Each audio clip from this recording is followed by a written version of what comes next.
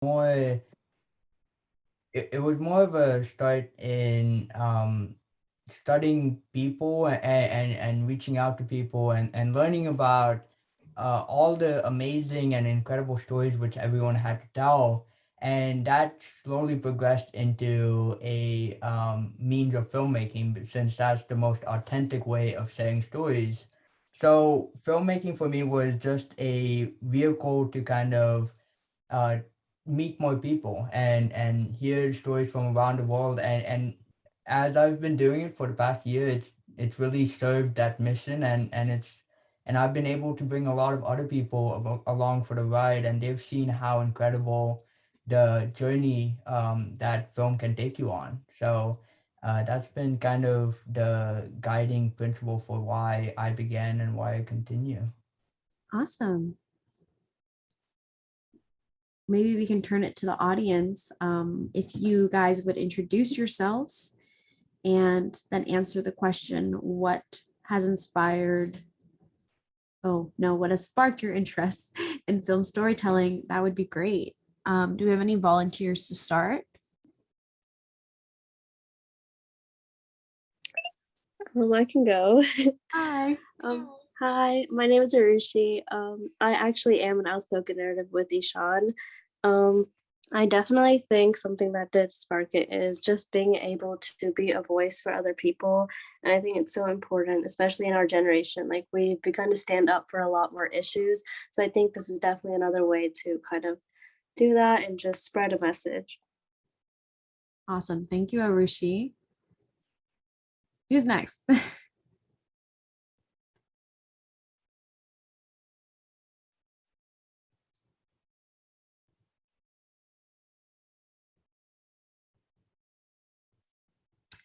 So, oh, Greg. I can Yeah. My name's Grayson Holland, and I'm interested in film because it's like a really interesting way to tell stories, and it's like more of an art form than I feel like a lot of other medias are like, it's really versatile. So I really like that about it. Awesome. Rahul, Nitin, do you guys want to go?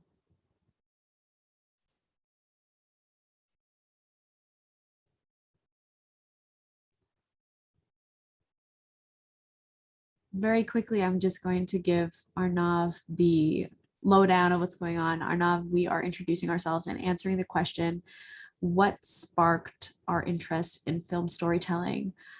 So if you're interested in introducing yourself and telling us the answer to that question, I would very much appreciate it. Hello? Oh, hi, Rahul. Yep. So to introduce myself, my name is Rahul. I'm a freshman in college right now. So what kind of sparked my interest in storytelling and through film is actually music. Because I make a lot of music and I've played music a lot for most of my life. And music is a unique way of telling stories. And obviously it correlates really well with film and video storytelling. So that's kind of another avenue of storytelling that I got into. I love that. In fact, we're going to see in Eshan's installment just how much music plays a role in the work that he does. Could we have our last two people maybe introduce themselves? Oh, and Myra too. Myra can also introduce herself if she likes.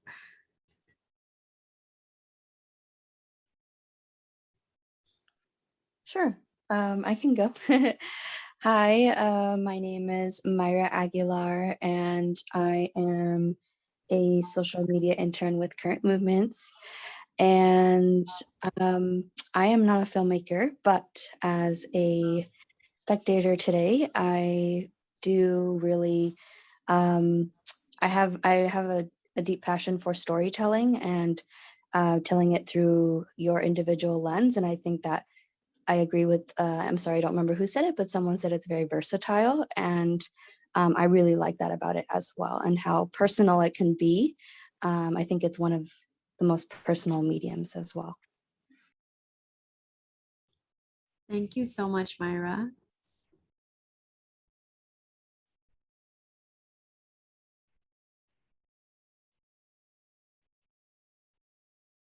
If you are maybe interested in putting your introduction in the chat, you can also do that, because I know there are some shy individuals. So I will not force you to introduce yourself. But yeah, we definitely want to get to know you guys, because it's important as a community to be able to speak out to one another and also have the opportunity to speak with Eshan directly, and for him to be able to know who you are. He might already know who you are, but I don't. So it would be nice to meet you. I'll introduce myself because I haven't had the chance. My name is Isma. I am a fiction filmmaker actually, but I work for Feed the Reel. I run Feed the Reel. And oh, I see some people are saying, oh, your audio isn't working. Okay, that's all right. Please use the chat as needed if you have any questions or comments you want to make. But like I said, I'm a fiction filmmaker, and I make movies. I'm sorry, I keep getting distracted by the chat. And what sparked my interest in film storytelling was the fact that a lot of people like myself, BIPOC, low income kids, have such important and fantastic stories to tell. Yet, time and time again, we have other people telling our stories for us, which is difficult because so many things get lost in translation. And so I have made it my passion in life to make sure that our stories are said correctly. Thank you, Myra. Yes, so this meeting is recorded and you guys will get a link if you want one later. So let's go ahead and start. If you are new here, we will be screening Eshan's 13-minute installment, then going into a Q&A. And then after that, we will open up everyone to questions where you can ask him stuff directly.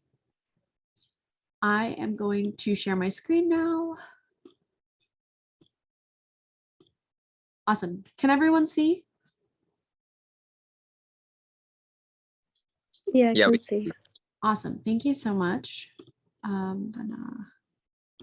Oh, that's not that. Okay. Hello, my name is Eshan Vishwakarma. I am a student filmmaker.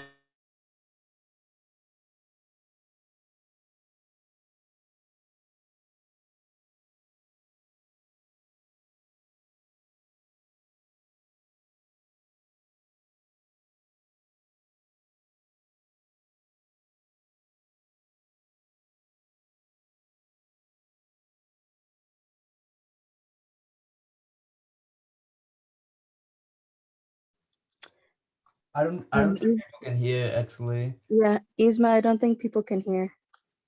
Is it because I muted myself? I'm sorry. I'll try that again. I will keep myself unmuted then. Sorry about that. Let me know if you can't hear it still. Hello, my name is Eshan Vishwakarma. I am a student filmmaker, a high school student, in fact, and I am the founder of the Outspoken Narrative, a international team of high school and college students creating a docuseries. For the past year, we have been creating short documentaries on various topics, and we just completed season 1 a few months ago, garnering over 150,000 views across multiple platforms, and conducting interviews with National Geographic photographers, Pulitzer Prize-winning journalists, activists, and many other incredible individuals.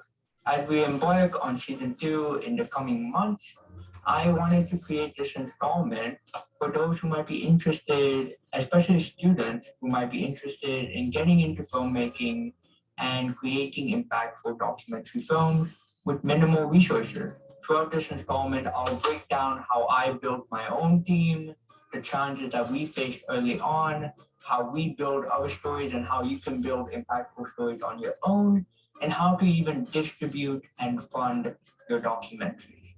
I hope you enjoyed this as much as I enjoyed creating this installment for you all, and I hope you learn a lot.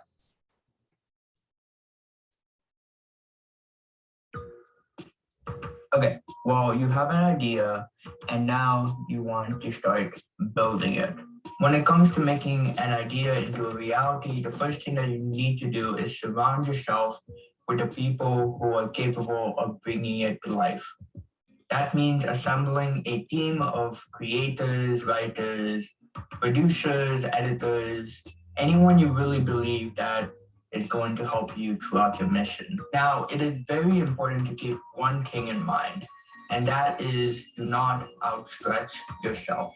The Outspoken Narrative began with a small team of 4 high school students, and right now we are at around 35 high school and college students. But that didn't happen overnight. We began as a small team to understand what style we were aiming for and what our goals were. Having a smaller team at the start allowed us to focus less on managing people and more on our films and our skills. That is why, if you are an aspiring filmmaker or someone trying to build a cause, it is always important to start small with friends, families, anyone who you know might be interested in your cause and might support your idea. Once you have the beginnings of a team, the next steps is to organize that team. The Outspoken Narrative used Slack early on to communicate, and now we use Discord. And we used a planner to organize our films, who's working on each film, our deadlines, and which films need more work, which films need interviews, etc. Using a planner can help you tremendously when setting deadlines and setting goals, and communication platforms such as Discord and Slack can help you keep in touch with your team and see where they are in terms of your project and be transparent. And transparency, that is a huge thing when it comes to building a team. It is extremely crucial that you are transparent with your team and you tell them about the project and the goals for the project and the timeline for the project. At the Outspoken Narrative, we encourage transparency through organizational updates, and we ensure that everyone on the team has a say in the direction that the organization is going. Transparency is also extremely valuable if you need to motivate people even when there isn't money involved. If everyone on the team plays a major role in the success and direction that your film or the organization as a whole takes, it encourages them to put in more work and stand by your side. So to recap, when it comes to building and motivating a team, it is vital that you start small with a group of maybe 4 or 5 people around you who are close to you, who are genuinely interested in your idea and your vision. And then it is crucial to use communication apps such as Discord and Slack, and planning apps such as Notion to understand the progress of your films. And to foster motivation with your team, it is important that they feel involved in the process and that they have decision-making powers throughout the entire project.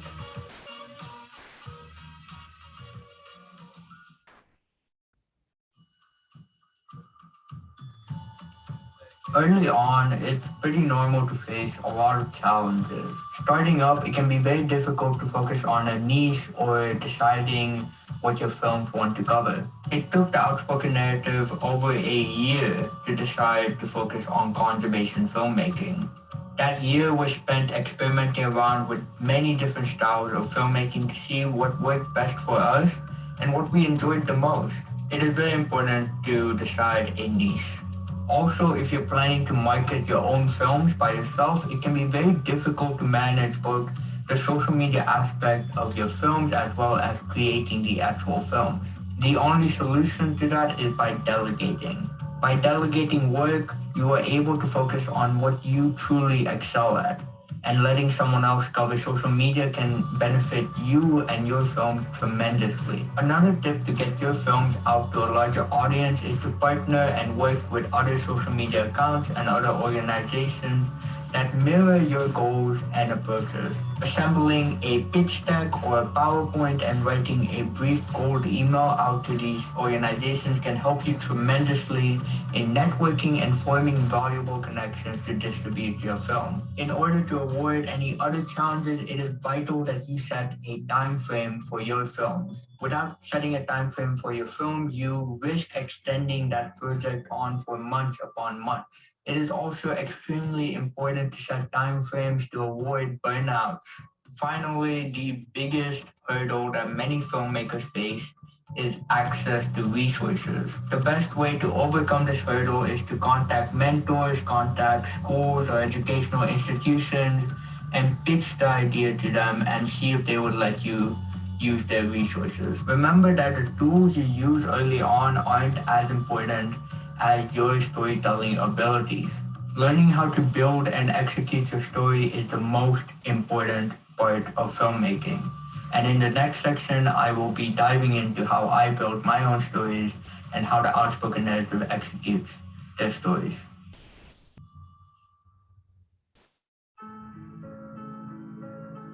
Okay, so you're trying to tell a story now.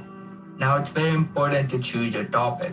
Target a story that you haven't seen being told in a specific manner. A lot of content on the internet is often repeated, but if you can find a unique take on a story, you can still tell a very compelling narrative.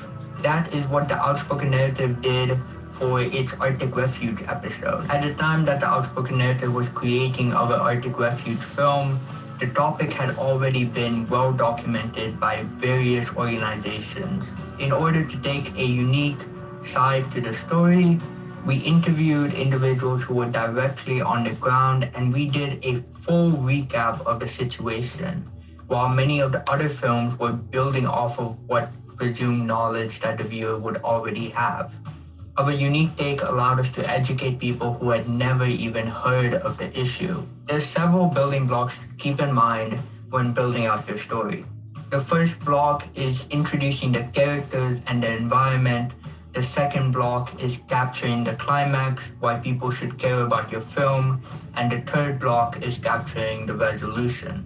At the Outspoken Narrative, we begin by choosing a topic and then assigning a lead writer to that topic.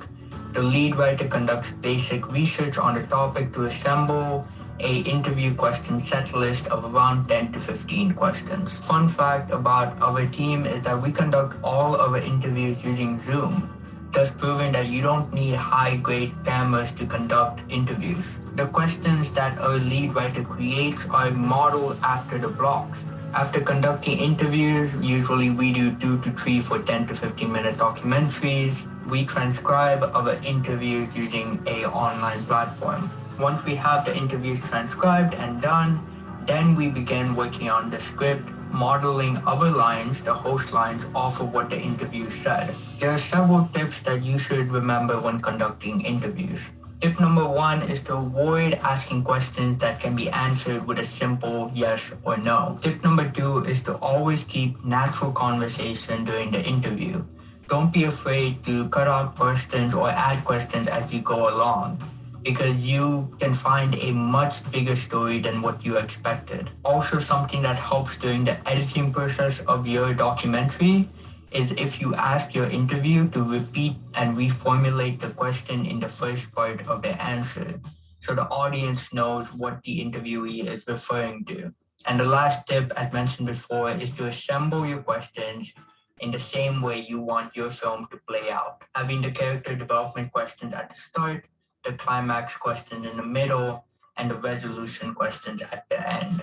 Once you have your interview done and your script made, then you can look at music. Music and sound design play a huge role in films, and some people begin by looking at music and then building out their script. Personally, the Outspoken Narrative used copyrighted music in their first few films, and we continue to use copyrighted music if we feel that that is necessary to tell the story. But always remember to give credit to the music, choices, and everything you use in your documentaries. Obviously, everyone has their own style of building out a story, so feel free to experiment around with what works best for you.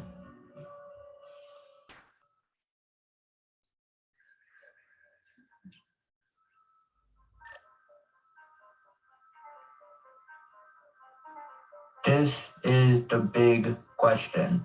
How do you get funding? Funding isn't easy to come across. The Outspoken Narrative is still working hard to secure funding for everyone who works hard on our films. The key thing to keep in mind is that the art of filmmaking is a field that doesn't guarantee short-term success. You need to keep at it for the long run, building out your skills and facing many challenges along the way. There are a few tips that you can use to secure funding if you're at that point. Using pitch decks and having a fully fleshed out plan can truly help sell your idea. Remember that people invest in other people, not just business plans. Presenting and going into meetings, you need to be confident and have faith in your idea. Keep your plans as straightforward as possible. Explain where your firm will go, the expected return, and why investors should invest. Remember, investors will only invest if they are gaining something. So make sure that you can deliver. For distribution and amplifying your films, use TikTok, Instagram, YouTube, and other social media platforms. Vertical short form media is blowing up. Early on, focus on your films, but once you have your style nailed down, dedicate genuine time on getting graphic designers, establishing your feed, and networking. Those things can open doors and create incredible opportunities. Thank you all for watching this installment, and if you have any questions or want to work together, feel free to reach me at my email at eshanmsg@gmail.com. Always remember, your heart has to be in it. You'll waste your time and energy if it's not. If you love what you're doing, you'll figure out a way to make it work.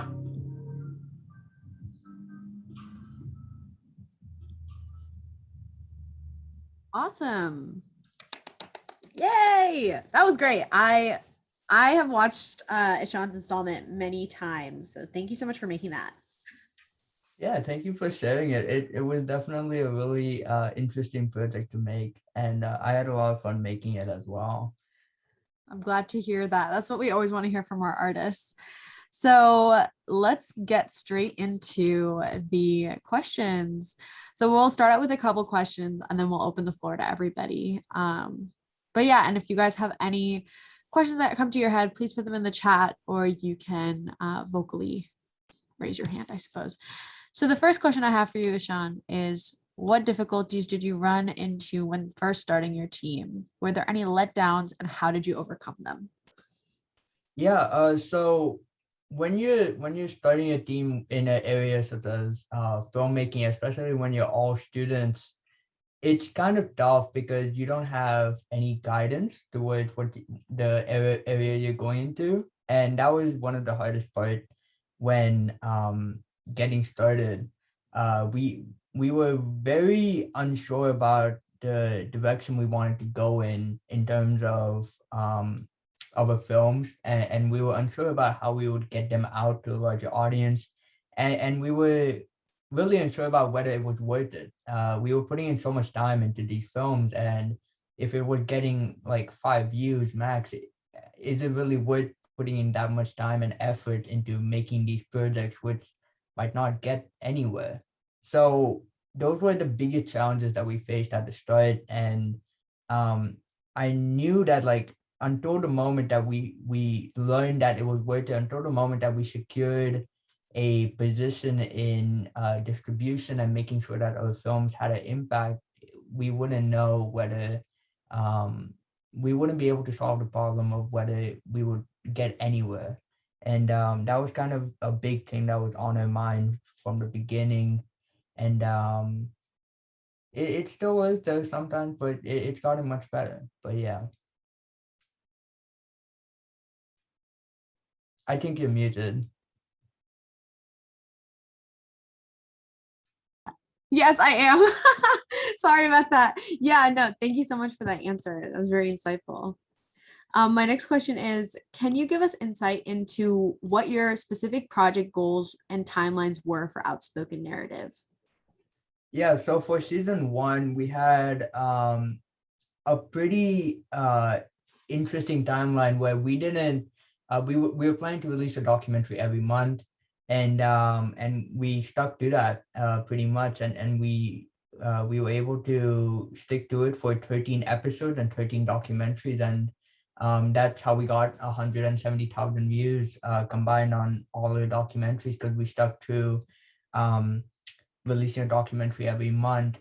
And it was those were like the goal of each documentary. We were making all a bunch of different documentaries on a bunch of different topics. So we weren't really picky on the topics that we were choosing, but each goal was to educate the viewer about a brand new topic that they might have not known about previously, and leave the viewer with something to take away from it. So and I believe that we achieved those goals through each documentary, and that continues to be our goal going into season 2.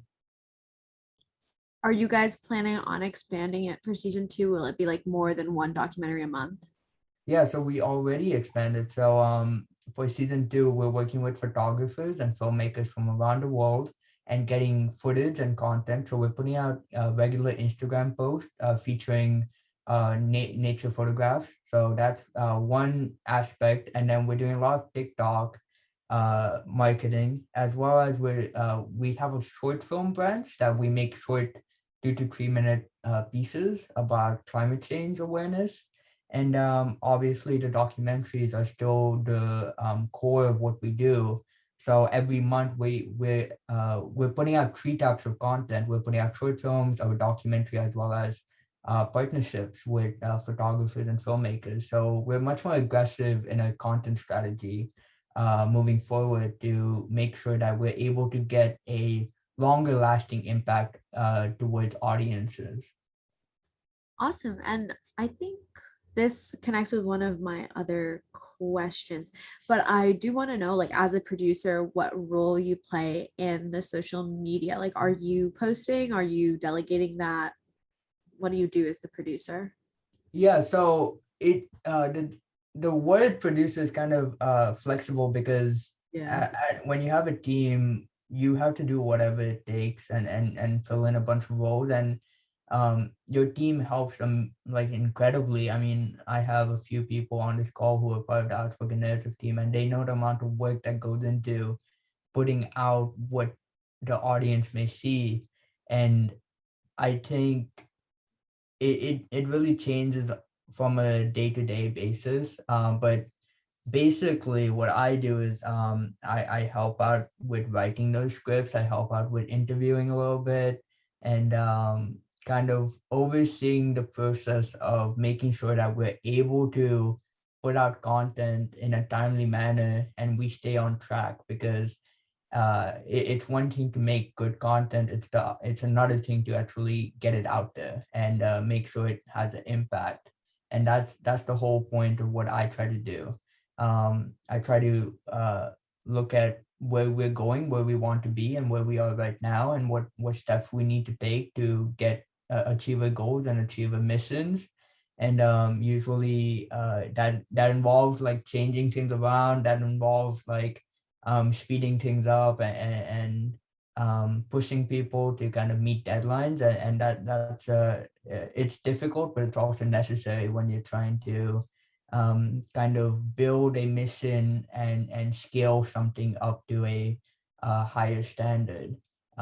Especially with what we're doing, we're trying to compete with industry leaders as students in high school, and that's definitely something that is really tough. And if you want to come off as professional, you have to be able to set deadlines, and you have to be able to meet them and execute on projects. So that's kind of what I try to do. I try to make sure that we come off as professional as possible.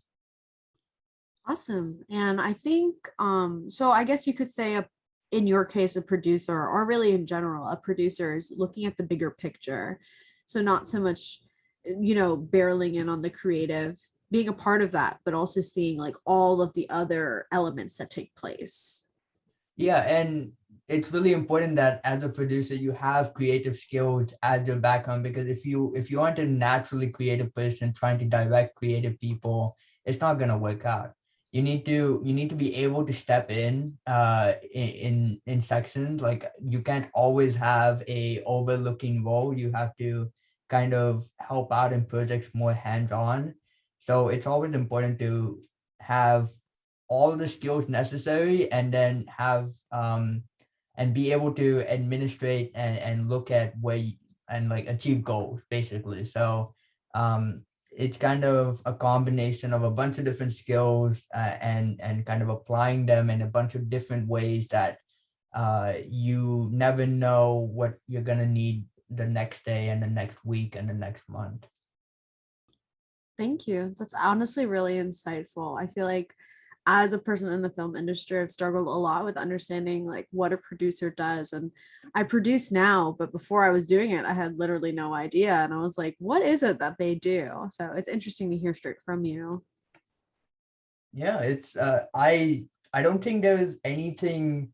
I don't think you'll ever reach a point where you finally know what exactly you should be doing.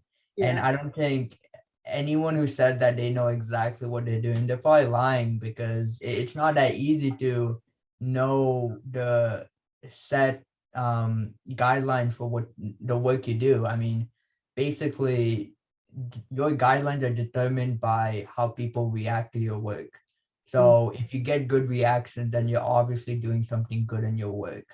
So that's kind of how I work.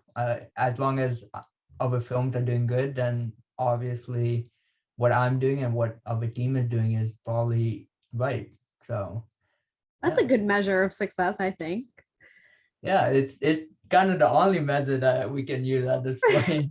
No, yeah, exactly. Especially because Yeah. there's not a lot of in-person interaction, which Yeah. actually brings me into my next question. So briefly spoke about burnout in your installment, and I want to go deeper into this since, as a community living through Zoom still, burnout is happening to each and every one of us. So, as a producer, how do you address it when it appears in your crew? Yeah, so it definitely it happens to everyone, and I think the there are a lot of options on like a personal level that you can do. Like there's like some people like listening to music, some people like traveling. There's a lot of options, but the easiest thing when you're working with a team is that you need to realize that usually you aren't being held to a deadline unless you're partnering with someone or unless you're being managed by someone. And it's really important to remember that you aren't being held by a deadline, you make your own deadlines.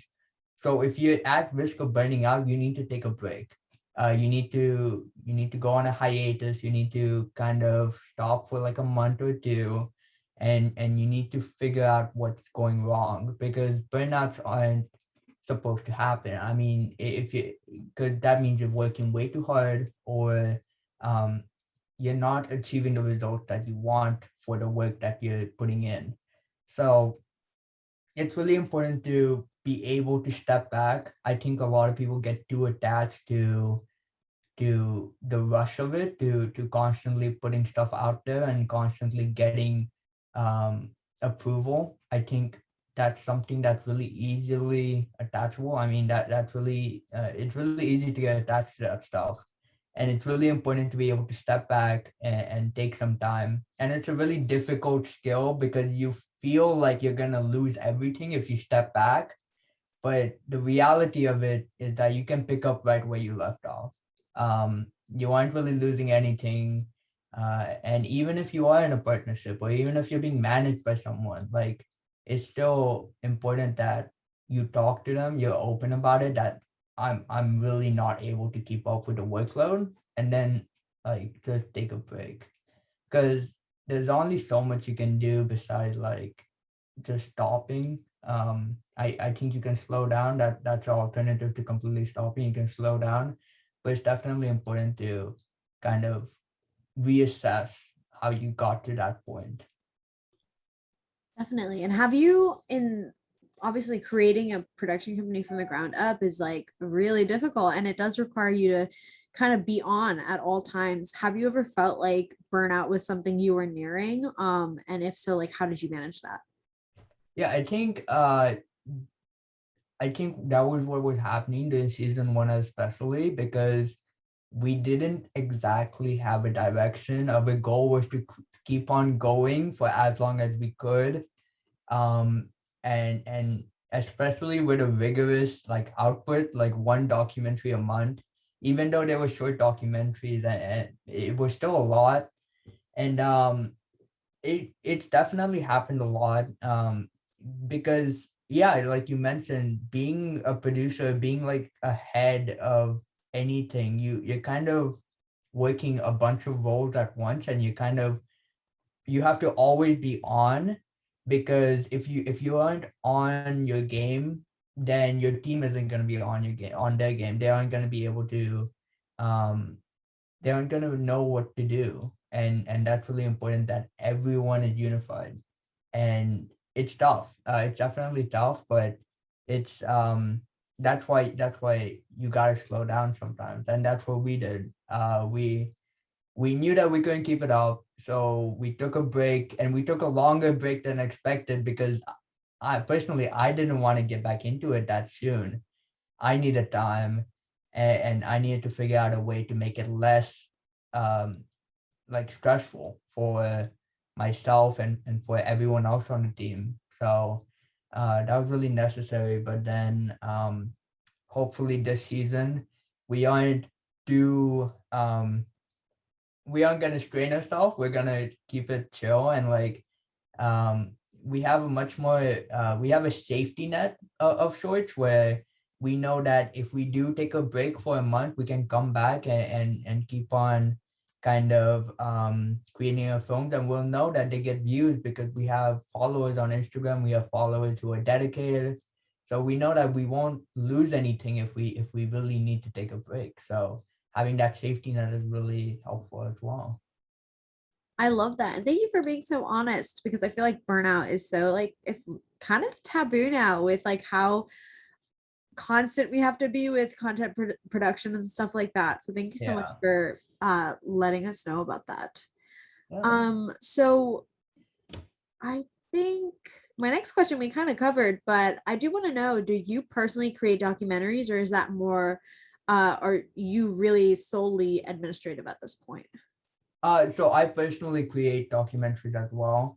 Cool. So I created I worked with so on the Arctic Refuge one, the one that was mentioned in the installment, I worked with an editor on our team on the outspoken narrative to create that documentary, as well as Arushi. She's a writer on this call as well. But yeah, I'm very involved in all the documentary stuff as well. Awesome. And so I have one last question before we open it up to anybody else who has a question. But how has being in high school both hindered or helped your endeavors as a producer?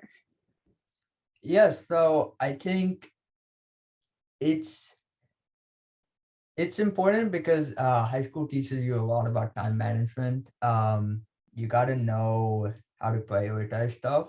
Um, and that's what I've learned quite a lot through high school. I don't think, especially with hindering the work that we do, I don't think it's hindered too much. At least I haven't felt that I've been hindered by it, because I think um if I were to go full in on producing, or if I were to start uh especially for like students, like if I were to start kind of slacking in high school, and like going full in on producing, I don't think I'd get too far, because there's definitely you have to have an understanding of where you are right now, where your organization is right now. And I don't think high school has specifically hindered my ability to produce documentaries. I think it's definitely helped a lot. And I think uh, I've learned to manage my work and the workload I get from high school, and with the work I do on my free time. So, yeah. Thank you so much. Well, that was the last question I had. So is anybody interested in asking a question to Sean? I recognize that a lot of you guys know him, but that's actually okay, because at our last film club, we had a lot of people that knew our filmmaker and still, asked questions, got him to talk more about his experience and sort of where he's going from here.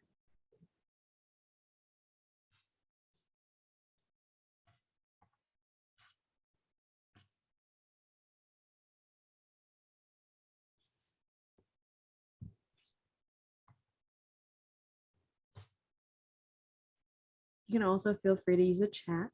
But Hey, Eshan, I had a quick question. So I just wanted to ask, like, how would you, so I know that right now as a high school student, you're dealing with outspoken narrative on a day-to-day basis. How would this like change when you like go to college and continue pursuing ON in the future? Like, how would you deal with that?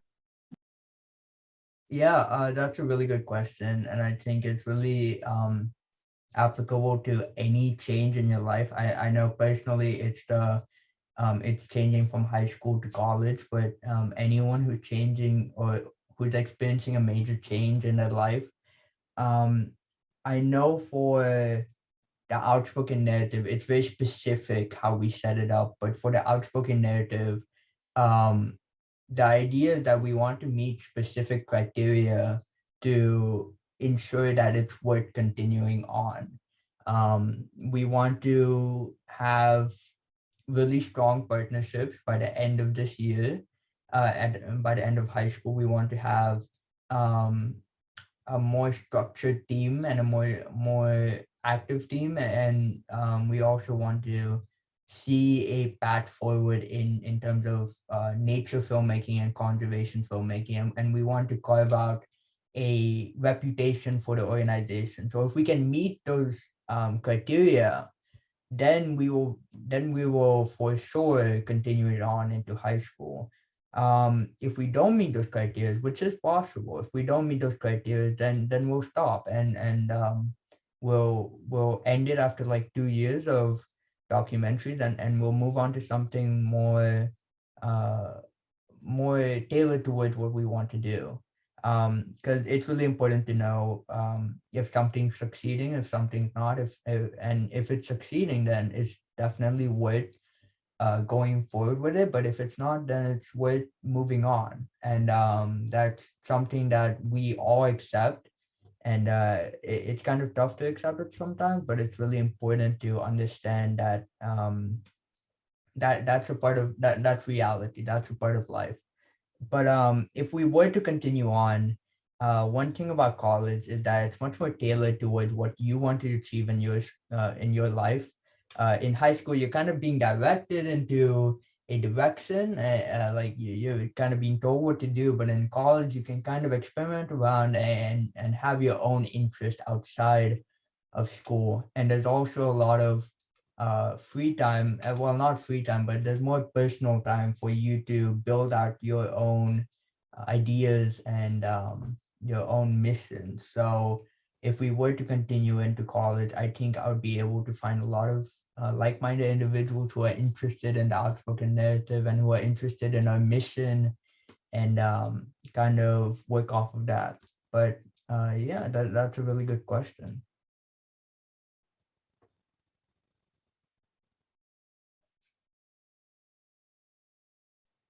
Oh, Isma, I think you might be muted. Oh, yeah. still, oh, okay, sorry. Oh my gosh, I'm so bad at the mute button. But we got another question through the chat. It says, at the beginning, it was pretty hard to have motivation at times, but how did you deal with it, and what gave you motivation to keep going? Yeah, so I think the I mentioned this at the start also, but the main motivator for us as and personally me, you get to meet a lot of people through the process of making films, and you get to work with really incredible organizations. I mean, like I mentioned, like we've had the opportunity to like meet National Geographic photographers and and journalists, and we've interviewed a lot of content creators as well. It's really incredible, and you get a lot of opportunities that you wouldn't be able to if you were under if you reached out as an individual or as a sole person. Through an organization, you can kind of secure these opportunities to meet incredible people who you would never be able to reach out to otherwise. So that's kind of the main motivation for us, besides the success that comes along with putting out a really good documentary. I think like having like getting success from your documentaries a lot of people say to not get attached to that success, which is very important, but it's also necessary to make sure that it's kind of necessary to get like recognized for your work. I think anyone who says that they don't enjoy getting recognized for their work, they're probably not telling the truth, because it's necessary. It's kind of a very human thing. You want to get recognized for the amount of work you put a into a project and into your mission, and when you do get recognized, it's like a huge motivation boost to keep on going and keep on continuing. And yeah, that's kind of what has been a large motivation for me, as well as I hope a lot of the outspoken narrative. Thank you so much. I am unmuted, which is what I was hoping for.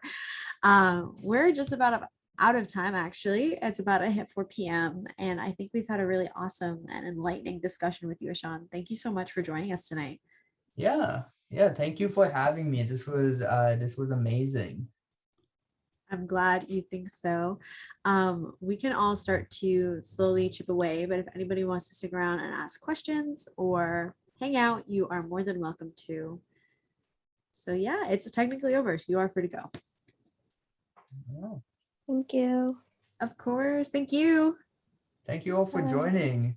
Thank you. Thank you. Bye. Thanks, Myra. Thank you, guys. Awesome, Eshan. So thank you so much again, like personally, for doing this with us. We are so happy to have had you. You really are an inspiration. You're so young, and it's like you're just killing it. You're killing the game. So Yeah, thank you. It's fun. I mean, it's interesting. Definitely something that I haven't tried before. So I'm really enjoying it. I'm glad to hear that. I know that you have quite a few other filmmakers and producers, perhaps, in Outspoken Narrative, and I wouldn't want this to be the end of our partnership. I definitely would like us to be able to collaborate in the future and make sure that Outspoken Narrative gets its time in the spotlight too. Yeah. I know you're a member of Feed the Real, and so if you would like to post the documentary episodes as they come out onto Feed the Real and like direct people to your site, more than happy to be the bearer of that and have you have another platform for you to show people your work. Yeah, definitely. And additionally, if you have any other filmmakers or producers that you think are really just like kicking it out of the park, we also do filmmaker spotlights. They are not paid, but they are a great opportunity to be spotlighted, put on Feed the Real, and also just have an article published about them, because I know a lot of people need publications to get out. So we're more than happy to help you guys out however you want. Yeah, definitely. And yeah, I think I can definitely send over all our documentaries are published on Instagram as well. If you guys follow it, Instagram, and I can definitely send an email whenever we publish new documentaries. Right now, we're looking for new people always. A lot of young people who are interested in filmmaking. That's always something that we're looking for. So that's also another thing that I could definitely post up, like Yes, do that, because people love the opportunities that come on. So yeah, definitely do that. yeah. And I think besides that, I think this was great. I mean, I had such a great time making that video, and that Came out installment. great. It's really good. It's probably one of our best ones. I honestly was really impressed when I saw it. Yeah, thank you, thank you. Yeah, it was really fun making it. And yeah, I'm excited to see what we can do next. Are you guys is Current Movements doing any in-person events yet in They Boston? are. I believe they're doing screenings, but I can ask my boss about that. So there are screenings going on. So if you want me to talk to her about screening a Outspoken Narrative document, send me an email and we can talk more about it. Yeah, that'd be awesome. Yeah, I'd love to. I don't live too close to Washington. Right, you guys are based in Washington, right? Yeah, we are. I don't live in DC though. Yeah. I don't live too close to Washington, but if there was a screening, I'd probably like come down. Yeah, That'd be that would be really so much fun. fun. Oh my God. I'd be there virtually, unfortunately, but Yeah. I'd be supporting. Yeah, no, definitely. Hit me up with an email when your next documentary comes out or whenever. If it's an old one, that's honestly better because there's more time and you don't have to feel rushed or anything like that. But Yeah, yeah, we just released a documentary on it was on environmental racism in nice. Virginia, and it we filmed in person this time. It wasn't a virtual documentary where we interview people over Zoom. It was a whole production crew as Wow. well as an original soundtrack. So it was Well, definitely send a it to step up. us. Yeah, No, that's so exciting. yeah, it was definitely a step up from our previous documentary. So we opened a new season with that documentary. So I can definitely send it over. Please. Um, yeah, that was it was definitely we spent about like 2 months making that happen. So Wow. any opportunity to get that one especially to get that documentary out, we'd really appreciate it. Of course. And let me end the